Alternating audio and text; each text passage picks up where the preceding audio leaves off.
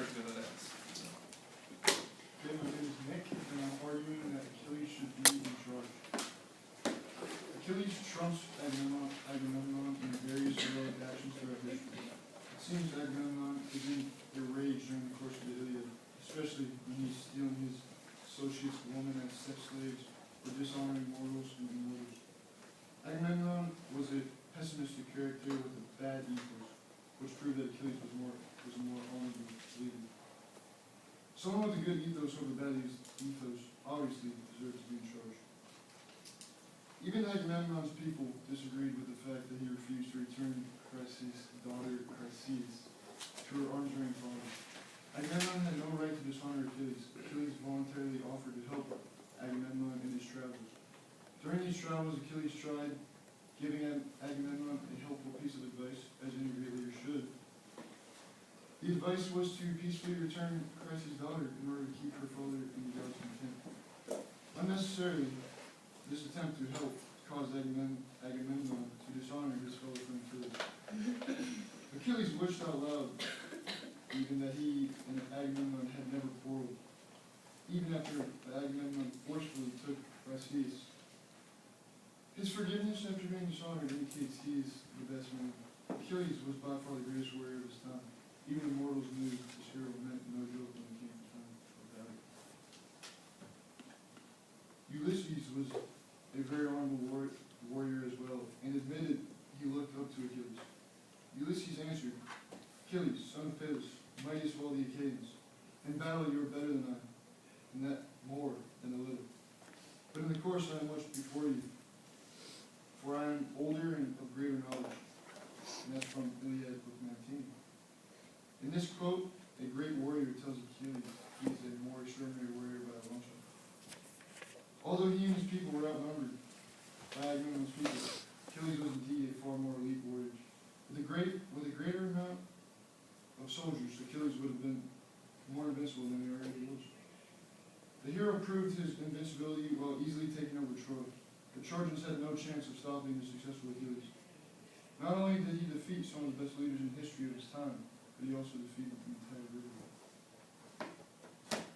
We have every reason to believe Achilles is a far better man than Agamemnon and deserved to be in charge.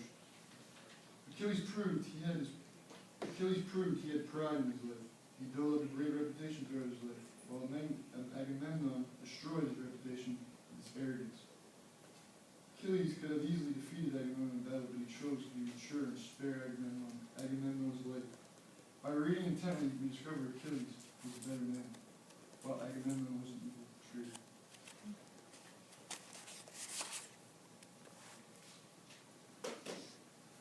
Okay, does anybody else on Gryffindor have something to add to that? Made a lot of good points.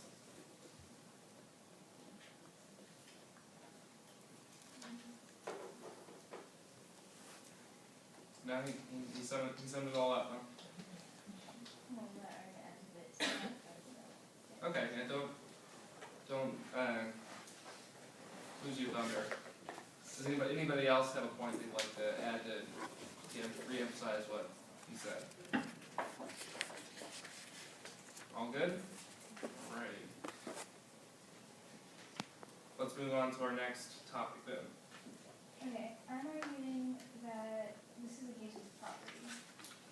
So the definition of property is a thing or things belonging to someone. Possessions collectively. My argument for this debate is that of property, specifically the property of Achilles. While this would absolutely be unheard of in our society today, the Greeks were a slave society, and in this case, Briseis was a slave.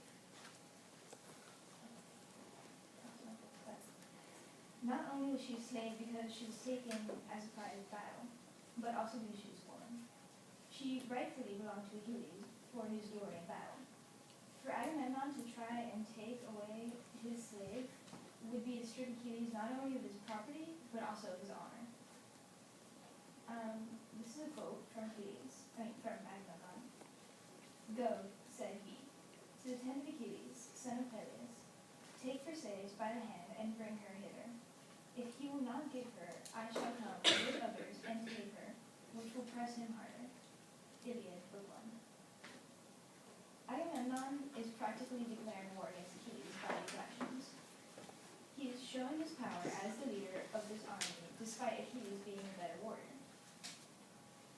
In ancient Greek society, the best warrior would have been the leader of the army, as well as the religious leader. This means that Achilles should have been leading the Greek army, and not Agamemnon. And because they are both chieftains, they are at an even playing field. Meaning that Agamemnon has no rights to what belongs to Achilles. Additionally, Achilles had every right to defend his property, just like modern-day stand-your ground laws or cohabitation law. The Greeks had similar laws. Agamemnon sent guards to his tent, the place where he resides during this war, and his only private space, to bring back Briseis. To do this was an invasion of his territory. However, the goddess of wisdom stopped Achilles before he could attack Agamemnon for this invasion. If there had been any bloodshed, the intruder would have been culpable. From Achilles' stance, he was being attacked by Agamemnon, and he took the higher ground by not spilling blood. Had this occurred today, Agamemnon would have been charged with trespassing on private property, grand larceny, and battery, all of which were considered crimes by the ancient Greeks. These can also be found in common law, which are laws that are found in multiple societies, both modern day and historic. Examples of these laws are murder, theft, they have laws involving marriage and negligence. Later, even Odysseus suggested that Agamemnon return Briseis to Achilles publicly, so that all the men can see that his honor has been restored, but Achilles refuses. The damage has been done, and there is little Agamemnon can do to fix it. At this point, Achilles only wants to win glory in battle by dying. If it had not been for Agamemnon taking what did not belong to him, this debate would not be happening. Okay, any other thoughts on this team? I think that made some pretty good points.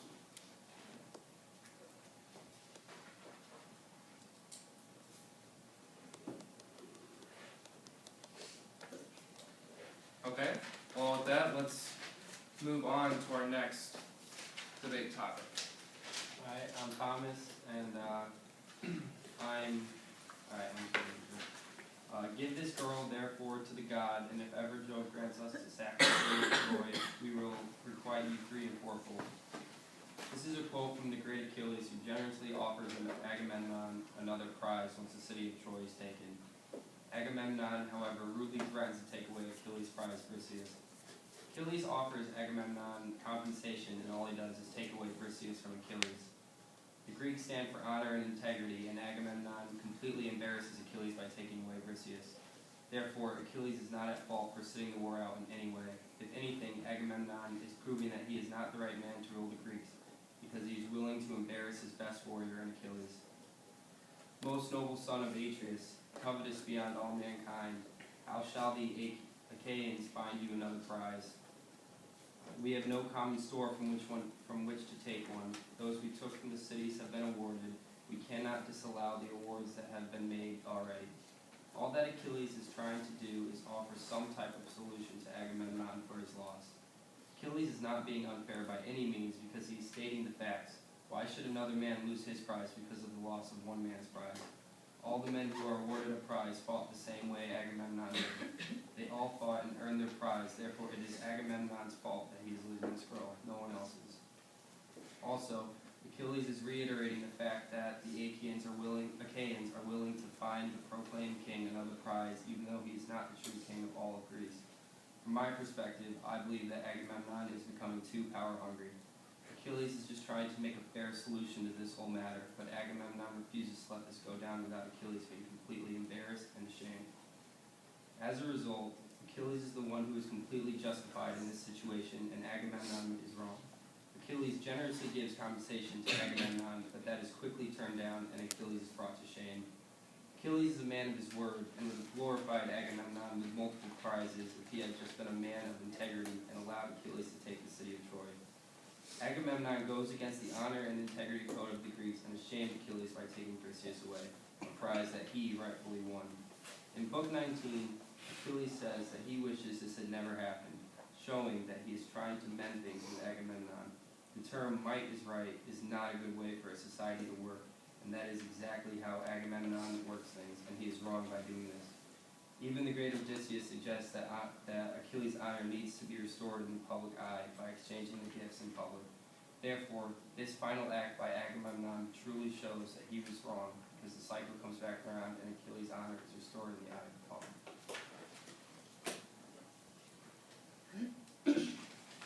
Okay.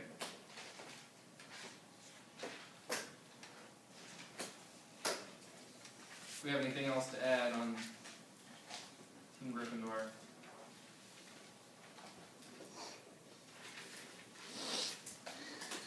No? Alrighty.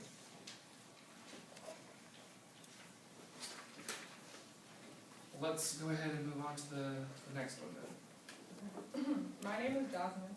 So, in order to understand why Achilles was right and Agamemnon was wrong, there are two ancient Greek principles that must be understood. The first being menace. Translated in Greek, the very first word of the poem in the Iliad is menace, meaning wrath. And more specifically, according to the ancient Greeks, it is this overpowering, vengeful wrath that is often more than human.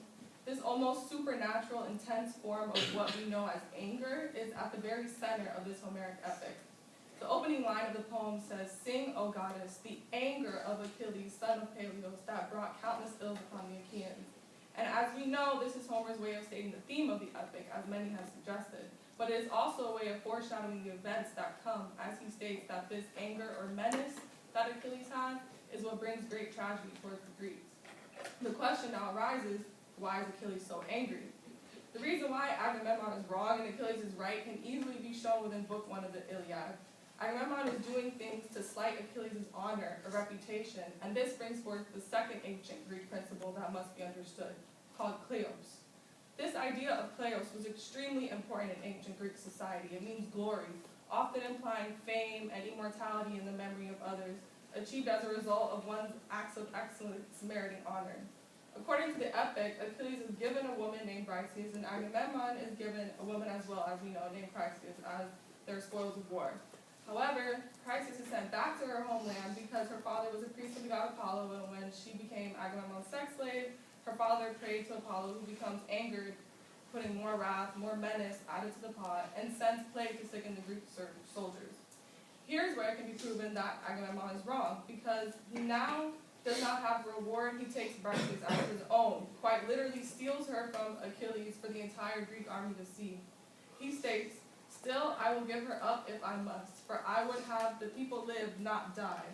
But what the other team failed to mention was that he also says, "But you must find me a prize instead, or I alone among the Argives shall be without one. This is not well for you, behold, all of you, that my prize is to go elsewhither." The division of spoils of war during this time, for example, women, wine, food, jewels, other valuable items, was about more than the possession itself. The possession of these spoils of war is considered an outward sign of one's greatness. And this is a big deal in ancient Greek society, and the main reason why Achilles was so angry. Yes, Agamemnon is trying to defend his own kleos, his own honor, because now he doesn't have a reward, but he is taking away someone else's honor, reputation, or kleos in doing so. Achilles shares his anger with Agamemnon and says, "We have followed you, sir, insolence, for your pleasure, not ours, to gain satisfaction from the Trojans for your shameless self and for Menelaus. You forget this and threaten to rob me of the prize for which I have toiled and which the sons of Achaeans have given me." So Achilles is right once again, as he proves that this war is not his own, but has become his own due to his loyalty to Agamemnon, the oath that the other team speaks of. This prize should not have been taken away, as it was given to him by all the Greeks when they divided up the spoils. To further support our position, Agamemnon admits that he is indeed wrong. In Book 9 of the Iliad, Agamemnon realizes what he did in taking Briseis away was wrong and sends Odysseus, Phoenix, and Ajax to Achilles in efforts to try and get him back to fighting in the war. This is also known as the embassy of Achilles, and in other words, they realized that they needed Achilles more than Achilles needed them. In this book, Achilles further explains to Odysseus why he was so angry. He tells them, "I sacked 12 ample cities on the main, and 12 lay smoking on the Trojan plain. The wealth I gathered and the spoils I made, your mighty monarch, these in peace possess. My spoils, his greedy soul delights, my spouse alone must bless his lustful nights." Achilles has every right to be angry, as it is proven within the first book as well as this one. And once Agamemnon says he's wrong, this concludes our argument on who was right versus who was wrong, because Agamemnon quite frankly says he was. He states in this book, "Sir, you have proved my folly justly. I was wrong. I own it." All right. So we go to the final debate reader for today. So I'm arguing the aspect of fate and gods. In ancient Greece, fate controlled all. It was important for the Greeks to understand that the gods had power and could tell how events were meant to unravel. This prediction of fate was to be accepted and not tampered with. This prevailing Greek belief made it even more surprising how easily Agamemnon disregarded fate and the gods. In Achilles and Agamemnon's dispute over their prize, Briseis, Agamemnon clearly goes against everything the Greeks looked for. Apollo, being the god who communicated in the Iliad, providing divine knowledge to humans, gave a fair warning to Agamemnon by sending a plague as revenge for resisting the gods. Book 1 states that after Apollo heard Chryses' prayer, he came down furious from the summits of Olympus with a bow and his quiver upon his shoulder, and the arrows rattled on his back with the rage that trembled within him. This quote clearly shows Apollo's anger with the situation and how he sided with Chryses and didn't think that Agamemnon should have Chryses' daughter as a prize. Many soldiers died, and there were 9 full days of complete harm and chaos. He sat himself down away from the ships with a face as dark as night, and his silver bow rang death as he shot his arrows in the midst of them. First he smote their mules and their hounds, but presently he aimed his shafts at the people themselves, and all day long the pyres of the dead were burning. This quote of Apollo's complete destruction clearly shows that Agamemnon was at fault, and it was fate that Chryse was to be returned to her father. The plague that was brought by Apollo was a message to Agamemnon to teach him the wrath of the gods if someone is trying to change fate, but Agamemnon proceeded to ignore fate and pursued Briseis instead of leaving Achilles alone. Apollo made it very clear that it was not in Agamemnon's fate to have either of the women, and Achilles is a victim to Agamemnon's complete disregard to the gods. Agamemnon was clearly the instigator for the whole dispute with Achilles. Readers can see Agamemnon's issue with morals because of his eagerness to respond to the gods to sacrifice his own daughter, but not to give up a random woman who didn't belong to him until he claimed her himself. There's no way that Agamemnon could have felt more of a connection to a random woman than he did to his own daughter. So we see that Agamemnon has logical inconsistencies and could have been motivated to fight for Achilles' prize just for the sole purpose of taking away Achilles' honor. Besides Apollo, we see that the other gods aren't on Agamemnon's side. In Book 2, Zeus is clearly on Achilles' side and was planning ways to sabotage Agamemnon.